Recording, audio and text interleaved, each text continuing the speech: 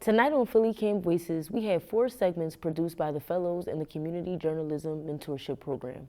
The Community Journalism Mentorship Program is a 6-month-long program where participants receive training in media production and build a portfolio of journalistic video pieces produced for television. Good evening, and thank you for tuning into PhillyCAM Voices. I'm your host, Kennedy Scurry.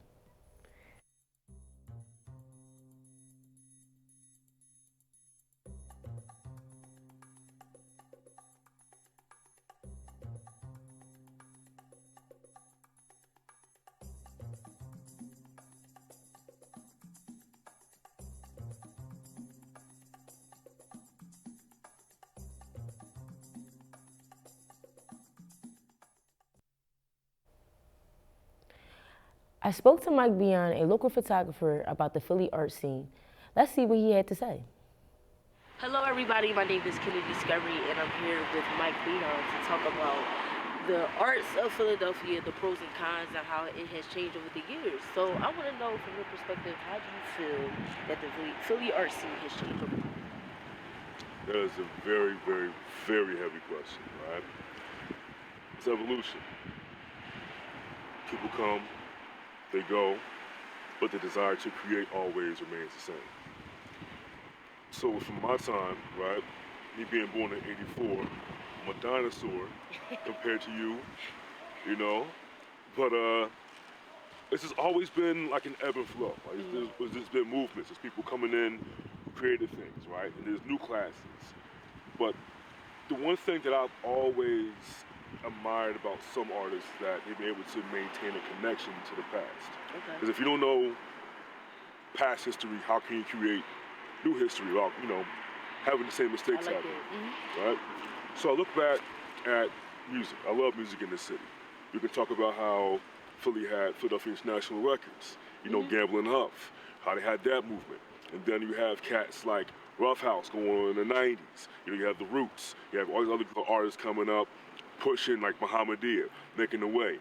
2000s, right? Mid-90s, 2000s, you had like Beanie Siegel, you had Say Property, you had Eve, you had journalists. Journalists was like killer MC was on Cannabis albums back in the day. You got into the 2000s, you have cats like Cassidy, The Problem. The Problem. Cassidy, The Problem, The Hustler, right? You have these things go from Cassidy and goes to like Meek Mill. And he has his time. Then he goes to Uzi Vert.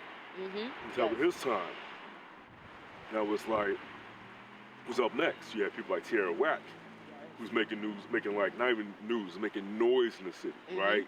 And you have other people who are following up after her. So it's always a constant wave of change. But in terms of the scene in the city,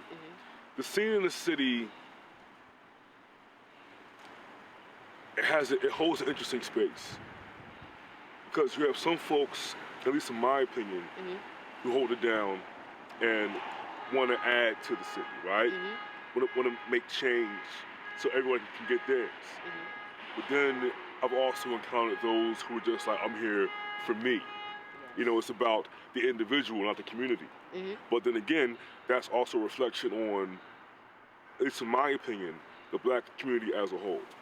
Right? You have cats who are more so about me getting mines out here, trying to shine out here cuz all the time, versus being about for everybody. Because you want everybody to win. You want everybody to have some form of connection, a network, because that's how we grow. If you notice that any other culture, any other scene that's out there, that's beyond ours, that's how they do, right? They connect, they build, and it's not about one person being a superstar, it's about everybody being a star. More that people stick to their plan and stick to their path and have something inspiring to talk about. Maybe the community of the art scene can be way different. Again, it's not just about the physical touch, it's about what's going on in the mind and what's going on in the heart. Right. So I feel like you make great points, especially with the artists you mentioned. Like, it's like, again, we just need those people back. We need artists today to bring that kind of style back. What is it like to be within community? What is it like to watch each other grow? What is it like to be together again? And speak on those things. What is it like to deal with mental health? What is it like what is it like to be without and then be with it, and then help those that want to be with it. You know, it's like there's so many questions, so many things to talk about. So it's how I feel about the community from my standpoint. But what more can you tell us about it? Okay, so one thing I will say that when we got here, right, we were standing here at Malcolm X Park. Both back in the day. What I love about the scene is the togetherness. You know, I just love the way, you know, a lot of people think, like how they put things together and how they create, how they bring things to life. It's just like, oh, you thought about that. Like, you're a dope creator, you know? And it makes me want to work with other people more. Like, I just want to know, how did you do it? You know, that's why I love doing what I do, because I want to know how you did it, why you did it, and what's, you know, the meaning behind it. Because art has so much meaning. Creativity has so much meaning. So I will say that about the art scene. I love the people that I've met. I love the creativity that they've, and the work and the hard time, you know, the time that they put into it. Because watching these people on stage and watching what they put on Instagram shows me that they love what they do. You know, they love the craft. Because legacy is all about what you can pass on. People think legacy, I gotta have a good legacy. Like, yeah, I was the man out here, I was the woman out here, or I was the they, them out here, right? Make sure I get everybody in the mix, you feel me? But like, you don't, whoever want to be like, I'm bigger than this. Right. Because it's not what that's about. It's about you having everybody in the mix. Yes. Being, like you, because I'm saying, like, when you leave this planet, your mark needs to be something that you can pass on to someone else. Yes. Right? So, I mean, for me, the city and the scene, like, gotta be loving it. Like, yes, everybody is a star, right? In terms of, like, what you have intrinsically, like your self-worth. But you being a star doesn't mean that you have to act as if you're higher than everyone else. Because we're not. You know, we're all equal. And in this art scene, we have to see that. That we're all equal. That's how you expanded it. So with that being said, thank you. Thank you. Thank you for expanding on history that we didn't know. Thank you for expanding on Philadelphia's history. Thank you for coming out.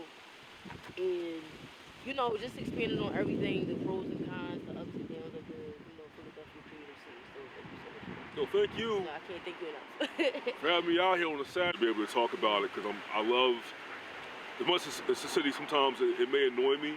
I love being from here. Yes. I love I can agree. the people that I've connected with, like yourself, and the OGs that I have, you know, like in the scene, people have been my teachers, people have been my friends. Yes. So I'm grateful for all those experiences, and you know, it's one of those things you can only get from being in Philadelphia. Yes. A friend of mine, his name was Icon of Mike King, right?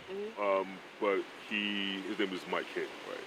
He was like, yo, except if you make it in Philadelphia, you can make it anywhere. Because the city will like what's sharpen your teeth, you know what I mean? It'll make you stronger. And if you could go from here anywhere else, you'll be all right. You know what I mean? Thank you. Well, thank you. Oh, hallmark moment. The hugs, the love. Yeah. Thank you so much, everyone, for watching. Thank you again, Mike, for being here. And we can't wait for you all to see it. Hello, everybody. My name is Kennedy Discovery, and I'm here.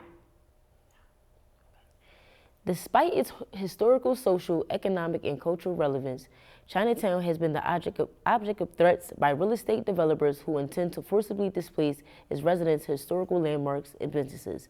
Itzel Gonzalez interviewed Yvonne Lung, who was part of the No Arena in Chinatown Solidarity Group, to talk about the current state of the situation. This interview occurred at the end of 2023. Let's see what Yvonne had to say. The 76ers are planning to build, they're proposing to build their new arena right about half a block away from Chinatown in Philadelphia. And right now they are renting the Wells Fargo Center with Comcast in South Philadelphia. And their contract is going to end, I believe, in 9 years, 8 or 9 years. And they would like to move out of Wells Fargo. They announced the proposal last summer of 2022. A lot of different organizations and the Chinatown folks are trying to fight this proposal so that it doesn't get built in China, right next to Chinatown, because if it does, the damage can be irreparable. We talked about how just the 6 years of construction that it will take That 6 years means blocking roads. It means the city has to also work on the infrastructure for the arena. So even though the 76er owners claim that this is all privately funded, they're not taking any tax dollars for building this, but what about the infrastructure that is needed for the arena? So like the roads, the streets, how are they gonna, and the, water, gas, electricity. This has to also be all thought about, that the city has to work on in order to make this arena happen. The impact of building this during the construction, 6 years of construction, is actually environmentally it's like a huge one, because just dust alone is going to be a huge effect on the area, the surrounding area.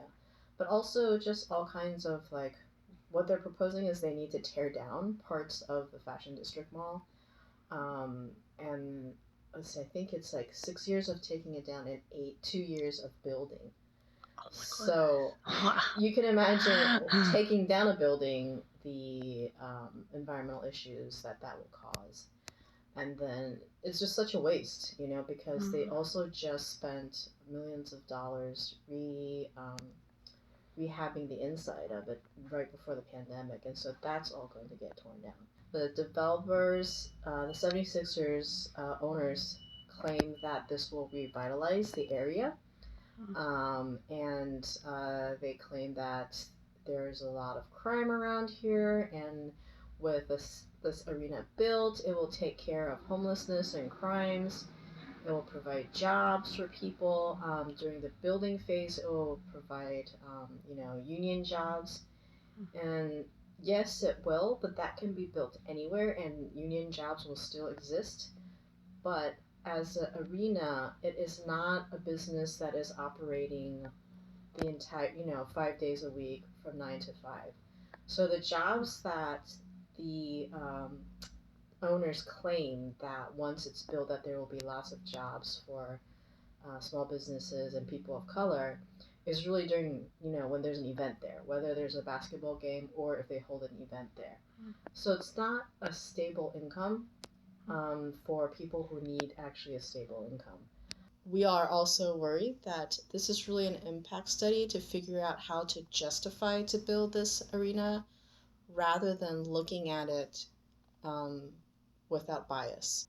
Councilman Squilla said that once this impact study is made available, the community, he will allow the community to have 30 days to go over it, and before the city, the zoning committee will vote on whether or not to give the zoning permit to the 76ers Development Corporation.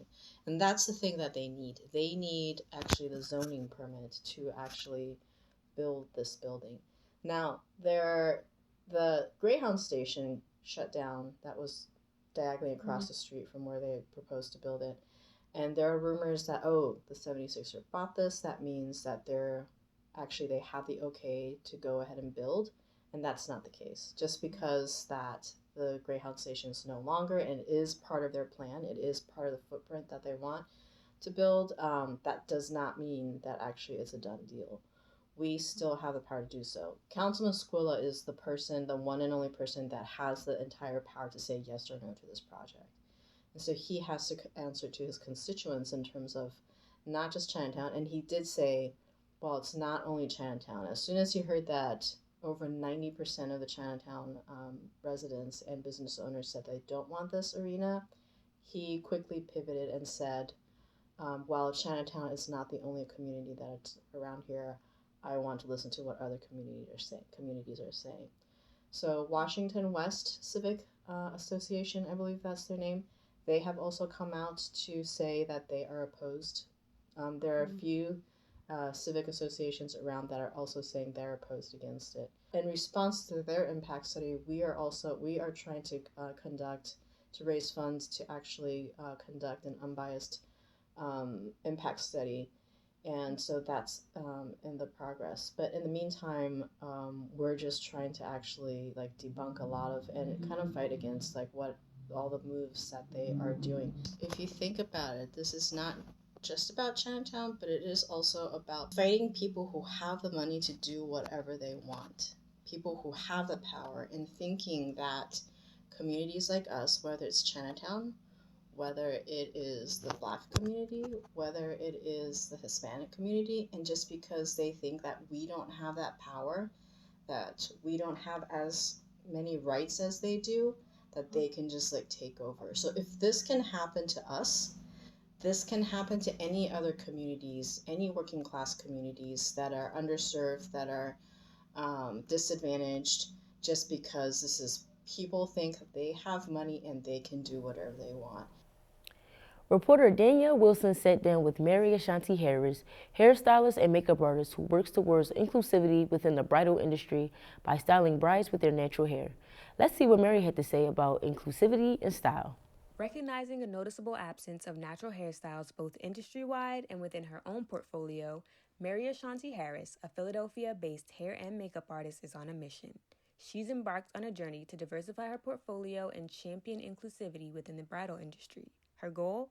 To inspire brides to confidently embrace their natural beauty on one of the most significant days of their lives. Your wedding photos are something that's in your house forever. In the other room, I have my parents' wedding photos. Even though they're divorced, I still have it. And I think that's how profound a wedding photo is.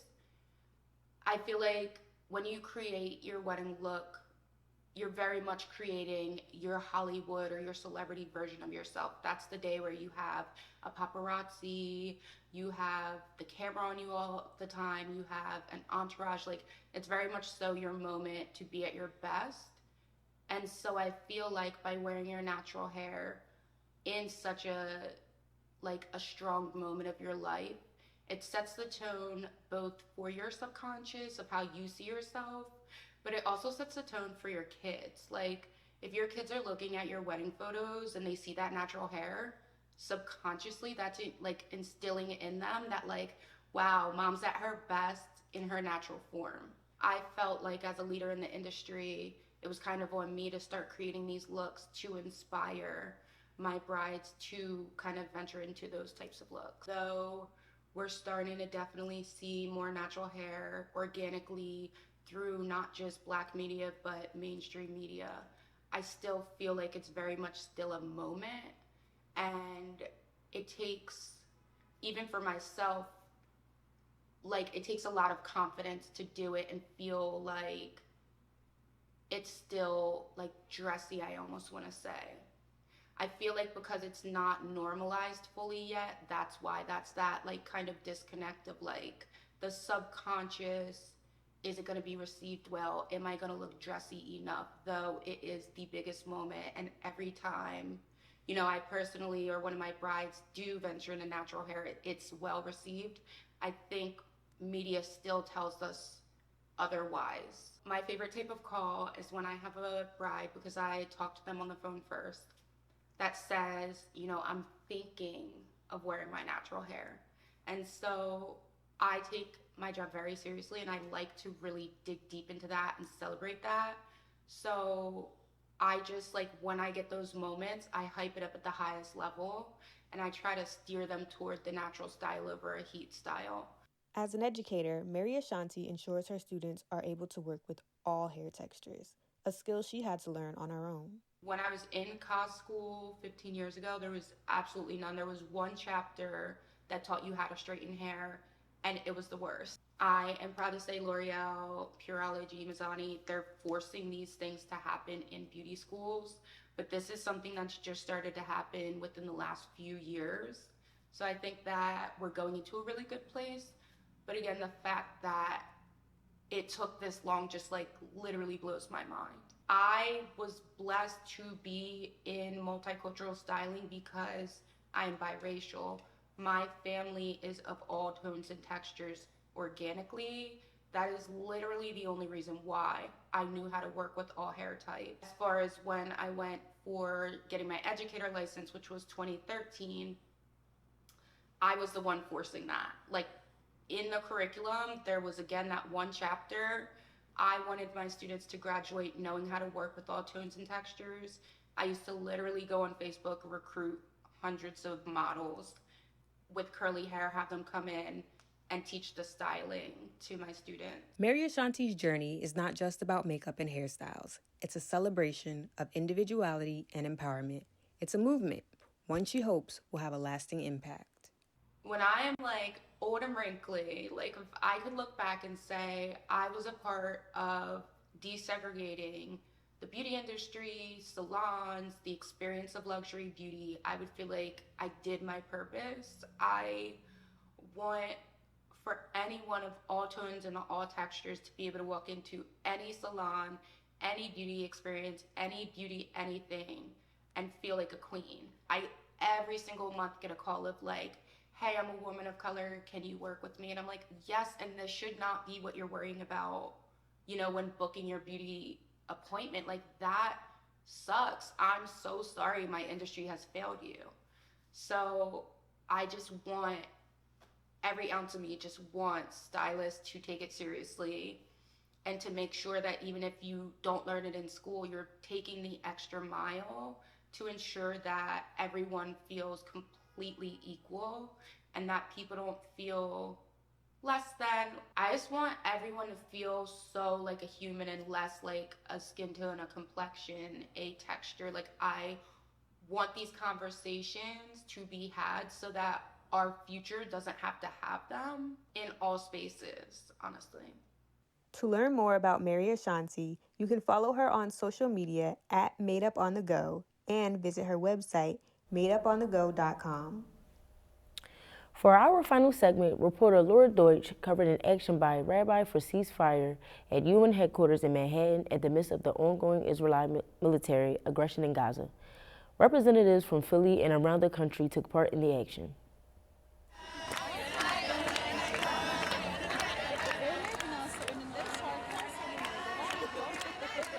There is so much pressure right now for rabbis to appear as if there is consensus on this issue, but Jews have never had consensus on anything.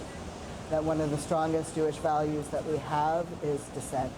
And the idea that it is somehow dangerous for Jews to dissent is the least Jewish thing I've ever heard. President Biden! U.S. rabbis demand a ceasefire now! Our calling for a ceasefire now was brought into the General Assembly while the U.S. is there shamefully defending their veto of a ceasefire.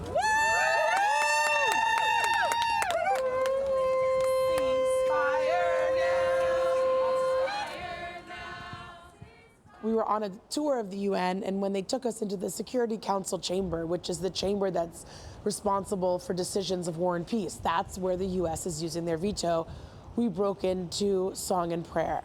And the most important thing is we weren't protesting the UN, we were bringing our message to the US as they were shamefully defending a veto, preventing the protection of Palestinian civilians. We want the United Nations to be the institution that it was promised to be when it was founded. So the UN was founded in 1945 in the wake of World War II, the wake of the Nazi Holocaust, in order to ensure that nothing like that would ever happen again. What we are here to say to President Biden and to the U.S. Ambassador to the United Nations is you do not speak for the Jewish community in blocking this call for ceasefire.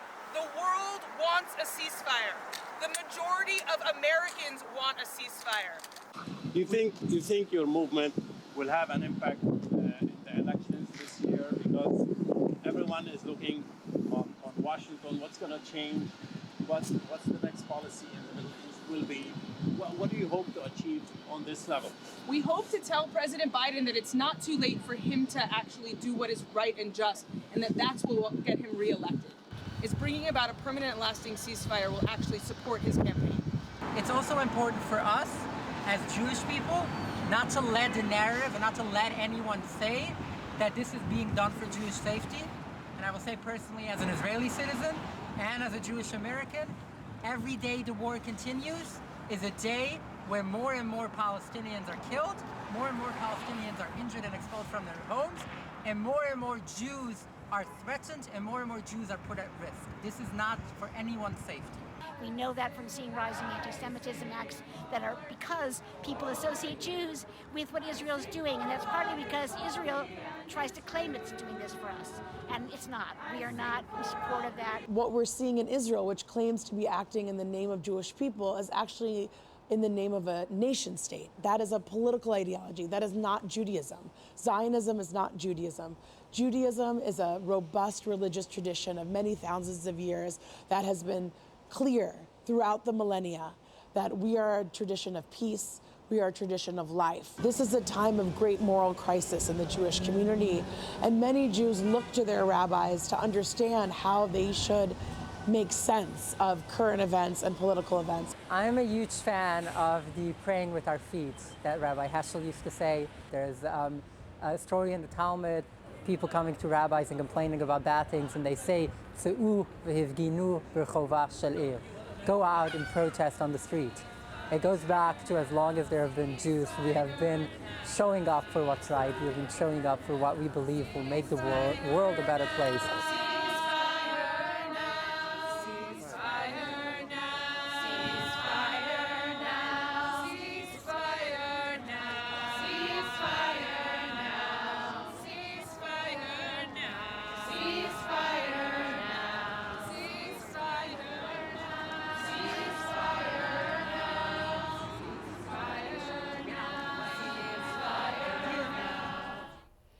Thank you for tuning into this episode.